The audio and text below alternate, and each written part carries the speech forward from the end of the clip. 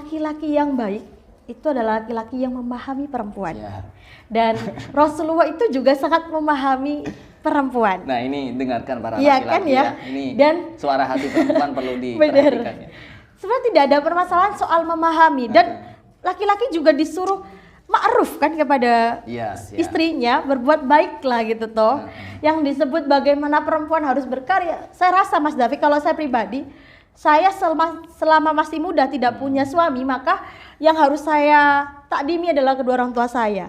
Ketika kedua orang tua saya mendukung saya untuk berkarir, mendukung saya untuk belajar, saya akan gunakan waktu itu dengan baik agar menebar kebermanfaatan. Tapi setelah menikah, saya memilih untuk bertawaduk kepada suami saya. Dengan titik. Assalamualaikum warahmatullahi wabarakatuh. Bismillahirrahmanirrahim. Alhamdulillah wassalatu wassalamu ala Rasulillah wala haula wala quwata illa billah ma ba'd. Pemirsa channel Ainun Najib dimanapun Anda berada, alhamdulillah di kesempatan kali ini berjumpa kembali bersama kami David Zen. Ini adalah momen pertama kami bisa menyapa Anda semua di channel Ainun Najib ini dalam program terbaru, yakni adalah Ruang Tamu Ainun Najib ya. Dan ini adalah program yang sengaja dibuat karena memang untuk memberikan sebuah konten yang menarik, memberikan sebuah konten yang dapat dirasakan manfaatnya oleh semua umat di dunia ini tentunya ya. Dan di kesempatan malam hari ini di ruang tamu tentunya telah hadir seorang tamu yang sangat istimewa. Beliau adalah pemuda yang sangat memiliki himmah yang luar biasa, memiliki spirit yang luar biasa. Beliau adalah sosok wanita yang sangat aktif khususnya di Kabupaten Lumajang, yakni adalah Canda Ayu Pitara. Sekali lagi, beliau adalah Canda Ayu Pitara. Kami sapa terlebih dahulu. Assalamualaikum Mbak Canda. Waalaikumsalam warahmatullahi wabarakatuh. Gimana, sehat Mbak Canda ya? Alhamdulillah luar biasa Mas. Masya Allah. Di kesempatan kali ini telah hadir di ruang tamu Ainun Najib nih Mbak Canda ya? Iya, siap. Oke. Dan terkait dengan tema di kesempatan kali ini Mbak Canda, ini adalah terkait dengan pemuda, kemudian juga wanita dan media. Ini mungkin sangat tepat sekali Anda datang di ruang tamu ini karena sengaja akan kami telaah lebih jauh seberapa besar peran pemuda, seberapa besar peran wanita, dan juga seberapa besar efek dari media di era-era seperti ini. Dan sebelumnya mungkin Mbak Canda bisa memperkenalkan diri, selama ini aktivitasnya apa, dan agar senantiasa para pemirsa channel Ainun Najib ini lebih kenal, lebih dekat lagi dengan Mbak Canda nih. Baik, terima kasih. Saya sangat bersyukur sekali pada malam hari ini saya diundang oleh channel Ainun Najib ya di ruang tamu ini. Sangat menginspirasi kita bahwa untuk menjadi seorang yang bermanfaat dan punya himmah itu tidak perlu mewah. Jadi itu pelajaran pertama ya. Ini belum sudah bikin menginspirasi saya pribadi. Siap, gitu. siap. Terima kasih Mas David atas segala pujiannya gitu ya. Tapi saya merasa bahwa saya tidak seperti itu. Mungkin kita akan belajar bareng ya di sini. Nama saya Canda Ayu Pitara. Saya lahir di Lumajang. Aktivitas saya dari kecil itu terbiasa dengan mandiri.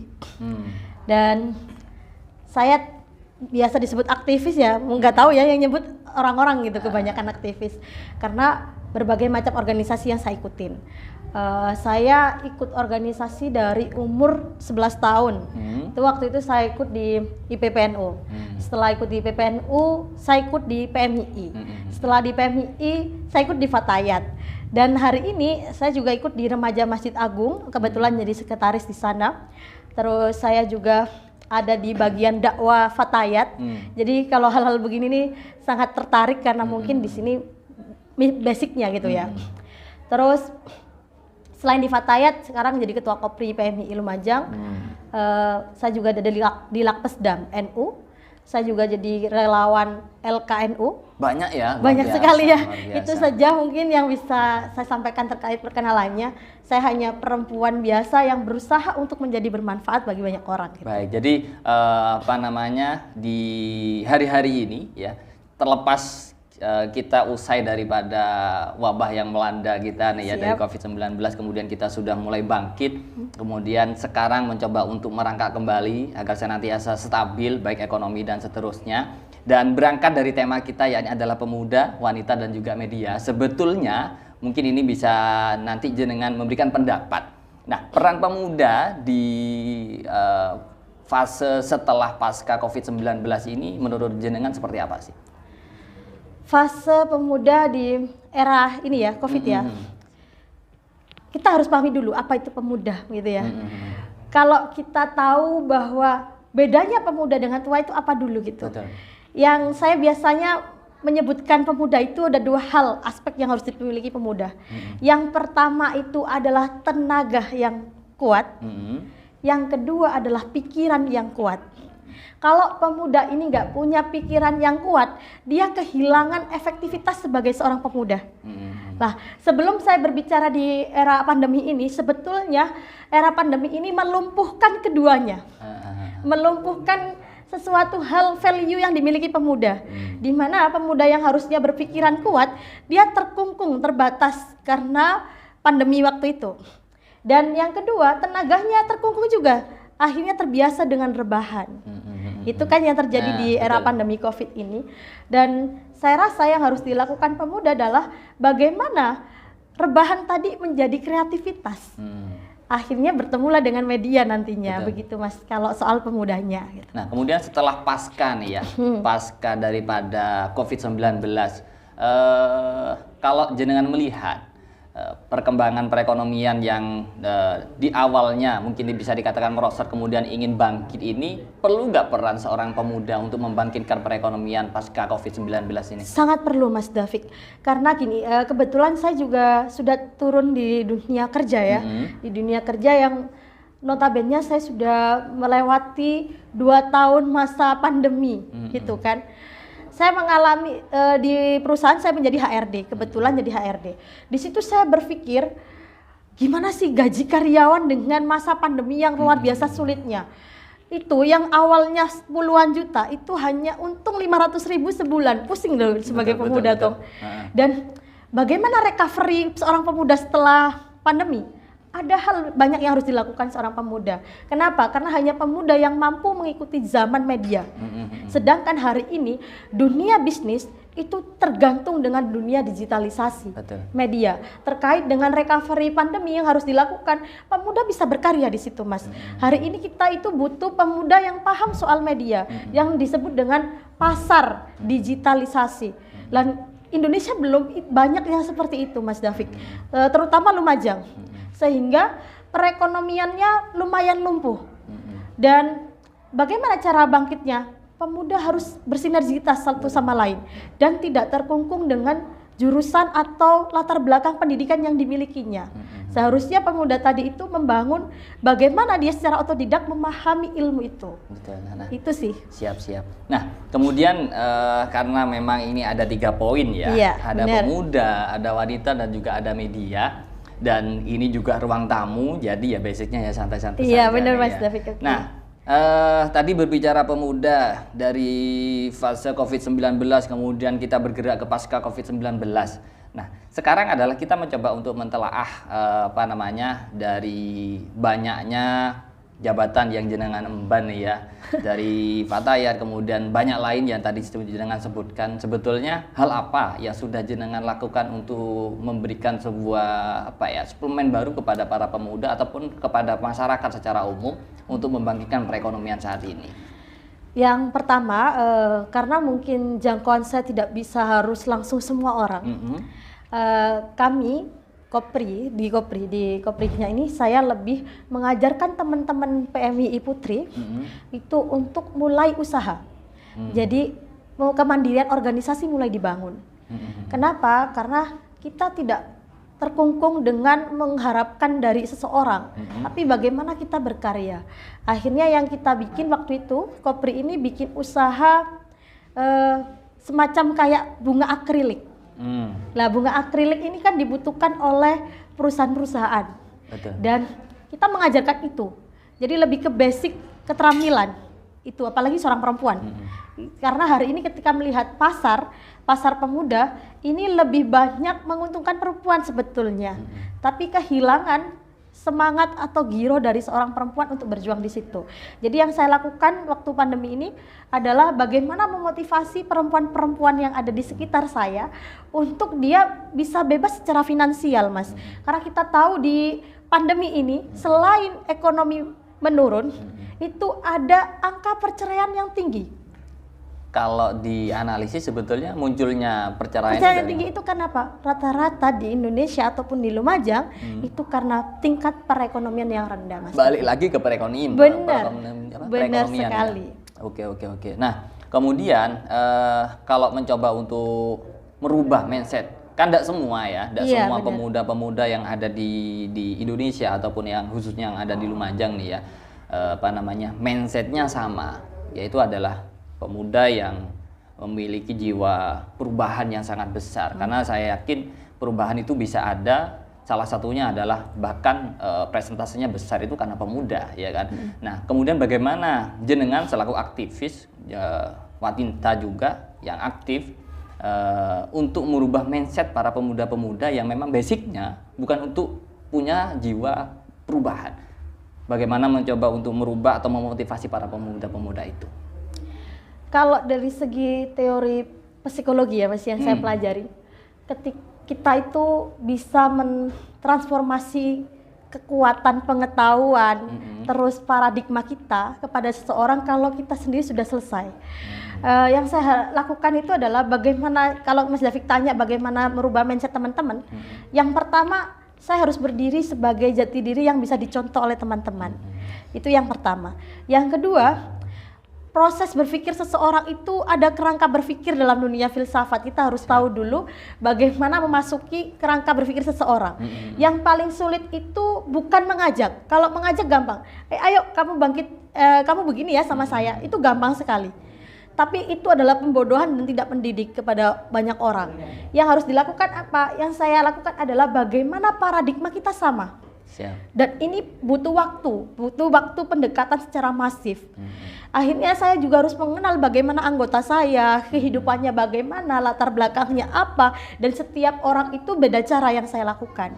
Ada perempuan yang, misalnya perempuan yang baperan, maka yang harus saya lakukan adalah baperisasinya dia, menggunakan baper tadi itu di jalan yang tepat gitu. Itu yang pertama. Ada perempuan yang sudah punya semangat tinggi tapi tidak punya praktik yang bagus. Jadi yang harus saya ajarkan apa? Berarti prakteknya. Itu sebabnya sebagai ketua mungkin ataupun yang bisa dijadikan inspirasi, kita harus bisa semuanya sebetulnya Mas David. Jadi kita harus tahu objek ya. Benar.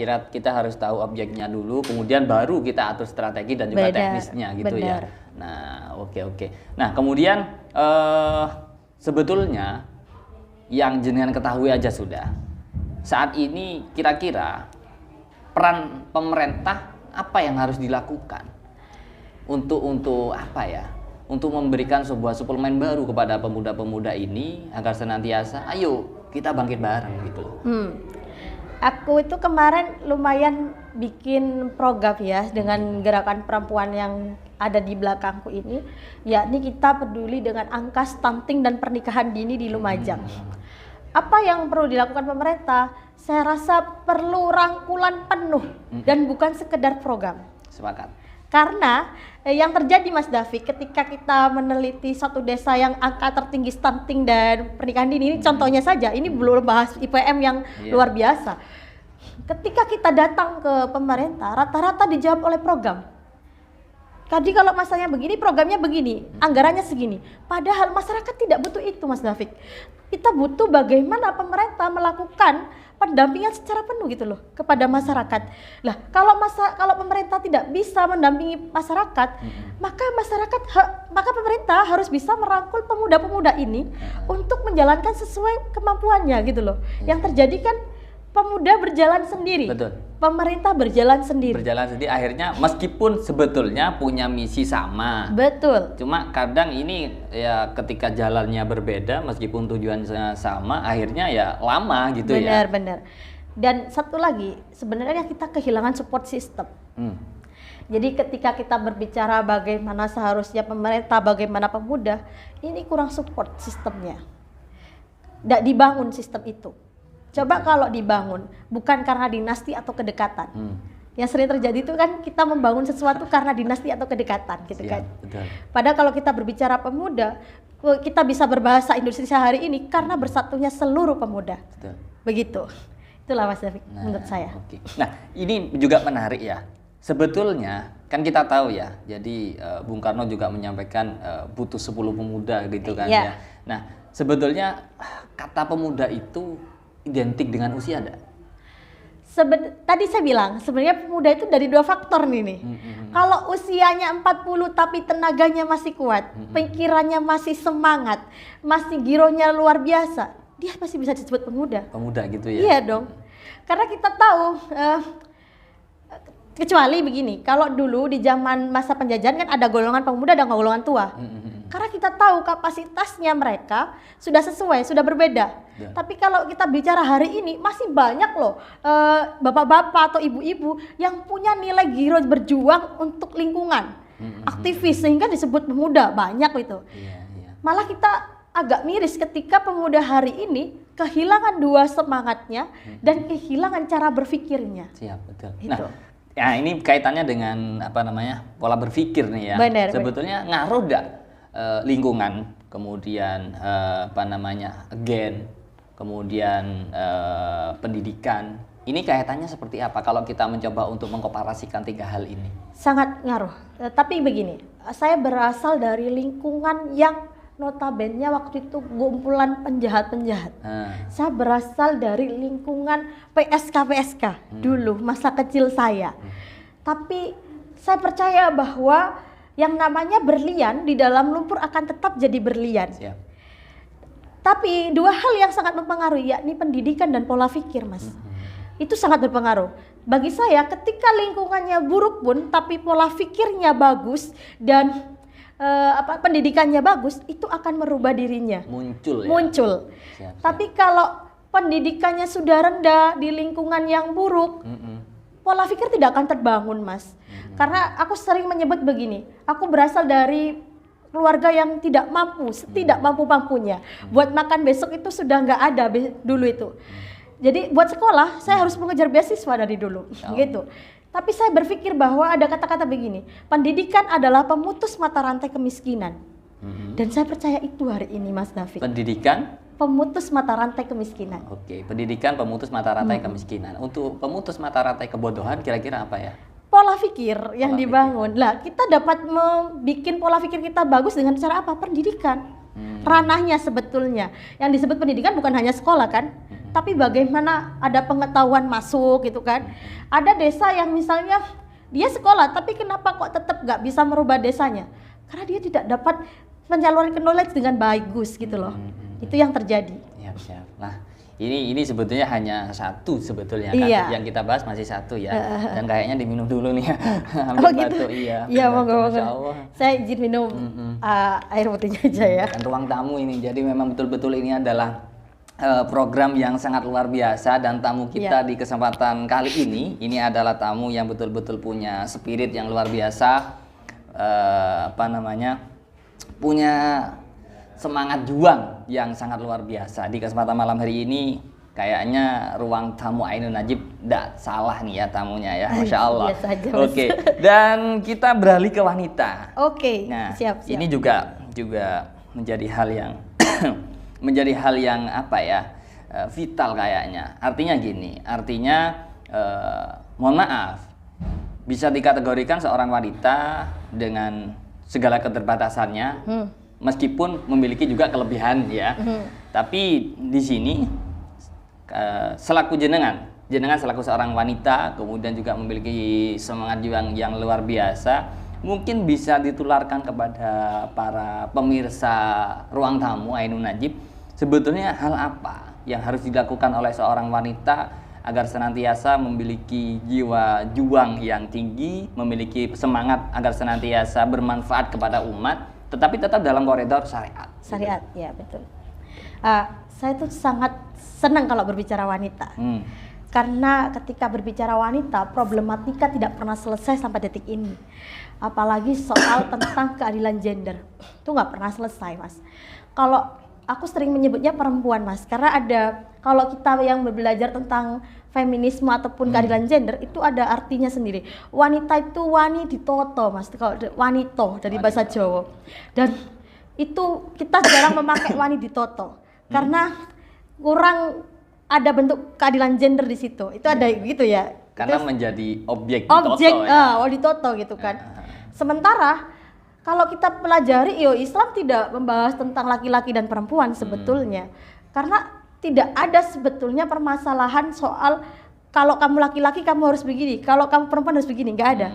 Cuma yang ada itu batasan bagaimana perempuan berkiprah kan ya. Apalagi ketika sudah punya suami, itu ada batasannya memang di Islam. Tapi saya rasa itu bukan diskriminasi gender, bukan. Artinya ada larangan untuk wanita berkarir seperti itu kan? Tidak ada. Dan kita bisa, saya sering membaca biografinya perempuan-perempuan hebat. Kalau kita tahu Bhinneka Tunggal Ika itu berasal dari siapa? Kita pasti bilang Pati Gajah Mada. Padahal Bhinneka Tunggal Ika ini berasal dari strategi politik yang dibangun oleh mertua Pati Gajah Mada. Siapa beliau? Gayatri Rajapatni. Seorang perempuan. Seorang perempuan, Pak. Masya Allah. Dan kita nggak boleh lupa itu. Dan ada lagi banyak ya perempuan-perempuan yang hebat. Kita kalau bilang tentang giro perempuan di Indonesia, luar biasa. Kalau teman-teman hanya mengenal Kartini, banyak lagi. Ada Christina Marta Tiahahu. Dia membela bapaknya ketika ada musuh di tengah lautan. Dia rela mati membela bapaknya gitu kan.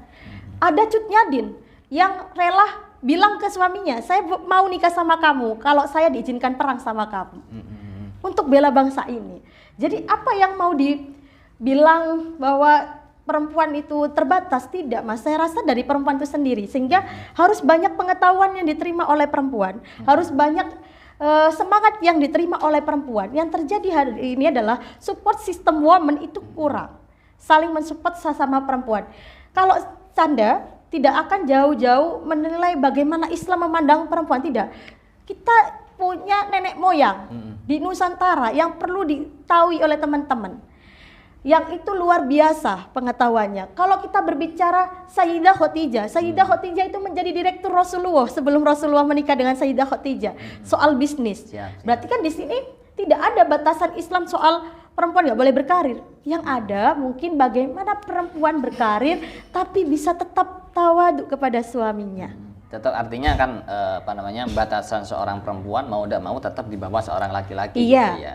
Ar-rijalu fawqa 'alan nisa gitu ya. Cuma kalau aku mempelajari ar-rijalu qawwamun 'alan nisa ini secara latar belakang tumbuhnya ayat ini, saya rasa laki-laki yang baik itu adalah laki-laki yang memahami perempuan. Dan Rasulullah itu juga sangat memahami perempuan. Nah, ini dengarkan para laki-laki kan ya. Ini dan suara hati perempuan perlu diperhatikan ya. Sebenarnya tidak ada permasalahan soal memahami dan laki-laki juga disuruh ma'ruf kan kepada istrinya, berbuat baiklah gitu toh. Yang disebut bagaimana perempuan harus berkarya. Saya rasa Mas Davi, kalau saya pribadi, saya selama masih muda tidak punya suami, maka yang harus saya takdimi adalah kedua orang tua saya. Ketika kedua orang tua saya mendukung saya untuk berkarir, mendukung saya untuk belajar, saya akan gunakan waktu itu dengan baik agar menebar kebermanfaatan. Tapi setelah menikah, saya memilih untuk bertawaduk kepada suami saya. Dengan titik temu, kemanfaatan saya tidak hilang. Bagaimana itu? Berbisnis atau apa gitu. Oh gitu ya. Mohon maaf nih ya, kalau memahami apa yang jenengan sampaikan tadi, bahwasanya apakah nanti ketika jenengan sudah menikah, berarti sekarang belum menikah ya? Belum, Mas. Masya Allah. Belum. Menjadi salah satu channel yang bisa mempromosikan. Tapi nanti kalau ada yang mau ya, Mas. Tapi ada kontrak nikah dulu. Masya Allah. Oke. Gini, tadi kan jenengan juga menyampaikan ketika nanti jenengan sudah bersuami atau berkeluarga, otomatis tawadhu secara utuh kita nanti jenengan ta'alluqkan kepada seorang suami gitu ya. Apakah itu juga menjadi sebuah batasan jenengan berkiprah atau aktif dalam dunia yang memang saat ini jenengan lakoni? Tidak, Mas. At-thayyibat lit-thayyibati. Kalau itu ada izin dari suami. Iya. Saya percaya bahwa kalau saya begini, insya Allah Allah kasih jodoh yang sefrekuensi. Oh gitu ya. Kalau Jadi, seandainya tidak? Karena seandainya tidak harus sefrekuensi. Karena kita tahu di Islam kan kita harus mencari pasangan yang sekufu. Karena lebih-lebih kalau saya sebagai aktivis, saya mencari laki-laki yang asik diajak ngobrol dan dia paham bagaimana nilai juang saya. Karena cinta itu adalah saling mendukung untuk kebermanfaatan. Sangat egois ketika kita saling mencintai, habis itu kita hilang kebermanfaatan. Gitu. Siap. Karena hidup bukan soal pernikahan saja ya, Mas. Gitu. Oke, jadi memang betul-betul cinta itu tidak menghilangkan sebuah kemanfaatan. Benar. Ya. Artinya cinta malah seharusnya menumbuhkan sebuah kemanfaatan. Seperti itu ya. Masya Allah, ini wanita manfaat dan juga menjadi seseorang yang pengabdian kepada seorang suami. Luar biasa. Tapi berbicara wanita lagi nih ya. Untuk saat ini di tahun 2022 kita tahu banyak pemimpin-pemimpin baik pemimpin daerah atau pemimpin-pemimpin provinsi dan seterusnya yang di situ diisi oleh seorang perempuan atau seorang wanita. Nah, ini apakah kira-kira ke depan semakin banyak atau seperti apa? Dan atau ini menjadi strategi atau bahkan ini menjadi bukti kalau saat ini banyak sekali seorang wanita yang memiliki jiwa juang, memiliki sebuah pola pikir yang luar biasa atau seperti apa? Kalau secara karena saya di Ketua Kopri yang sudah juga meneliti bagaimana perempuan berkiprah di dunia kepemimpinan, baik sistem di multisektor ekonomi, politik, dan kesehatan begitu. Kita ini justru permasalahannya hari ini perempuan tidak mencukupi kursi itu. Kita diberi kursi 30% di dunia politik, di ruang politik misalnya. Ya. Tapi yang terpenuhi hanya 16%. Oh, artinya kursinya banyak, yang mau menduduki kurang. Betul. Jadi permasalahannya hari ini perempuan kurang minat dan kurang giroh berjuang. Itu sebabnya kita sebagai perempuan hari ini lebih-lebih saya itu datang bagaimana kita menjadi support woman kepada perempuan. Sebentar, kira-kira menurut jenengan perlu nggak perempuan untuk mengisi kursi-kursi itu? Perlu dong. Atas dasar? Atas dasar begini, kita tahu di Lumajang hari ini kasus pelecehan seksual terjadi ya Pak. Siap. Lah undang-undang RUU TPKS itu baru disahkan kemarin. Siapa yang mengawal? Itu Bu Lulu Nur Hamidah, mantan Ketua Kopri PBPMII. Dan itu didukung oleh teman-teman Kopri se-Indonesia. Lah, hari ini ketika perempuan tidak masuk di sistem, siapa yang akan menyuarakan tentang permasalahan perempuan? Oh, gitu. Siapa yang akan menentukan hukuman apa terkait kasus-kasus yang berkenaan dengan perempuan? Kan tidak ada. Hari ini kita tahu ada undang-undang bahwa nggak boleh nikah tanpa izin istri pertama, kalau enggak kita dipidana 5 tahun. Betul. Siapa yang bikin peraturan itu kalau bukan perempuan? Jadi betul-betul diperlukan seorang perempuan agar senantiasa betul-betul mengawal hak-hak seorang perempuan seperti itu ya. Benar. Oke. Terus lantas ketika memang kursi sudah disediakan dengan jumlah yang sekian.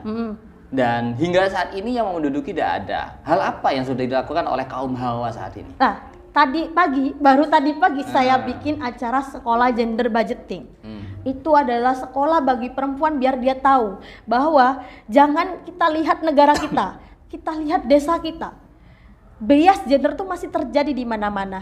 Dan banyak perempuan yang leye-leye, wis aku di oma ae, aku santai-santaian, aku sekolah ya wis ala kadarnya. Padahal banyak ketidakadilan di sekitar kita yang terjadi kepada sesama perempuan dan tidak ada yang meneriakan. Jadi yang saya lakukan hari ini menyadarkan, merubah pola pikir atau mindset. Dengan cara apa? Kita pendekatan masif, kita juga melakukan sosialisasi, kita juga melakukan pembedahan terhadap aturan. Mohon maaf nih ya, tapi satu sisi memang entah jenengan setuju atau tidak, mungkin bisa disampaikan nanti. Ketika seorang perempuan itu adalah yang baik itu, apakah memang betul-betul perempuan yang memang diam di rumah, standby untuk menunggu suami datang, atau mengabdikan diri di lingkungannya tanpa harus terjun ke lapangan? Oke, menurut saya. Karena gini, mohon maaf, mungkin madorotnya lebih besar ketika perempuan di luar ya? Di luar. Apakah seperti itu atau seperti apa? Mungkin hanya asumsi-asumsi yang nggak benar atau gimana? saya masih percaya dengan hadis yang begini, hati-hati dengan waktu luangmu. Kenapa? Karena di waktu luangmu akan banyak mudarat yang terjadi. Siap. Jadi ketika ada kata-kata seperti ini, berarti kan bukan soal dia di rumah atau tidak. Di rumah kalau dia nggak ada kerjaan, ya pasti banyak mudarat yang dilakukan. Begitu kan? Di luar kalau dia banyak kebermanfaatan yang dilakukan, ya sudah, itu kebermanfaatan. Cuman karena saya bergaulnya juga dengan bu nyai hebat ya menurut saya, ada banyak kok bu nyai yang tetap menjaga syariatnya, tapi juga bermanfaat di luar. Artinya tetap berjuang di luar gitu ya. Benar.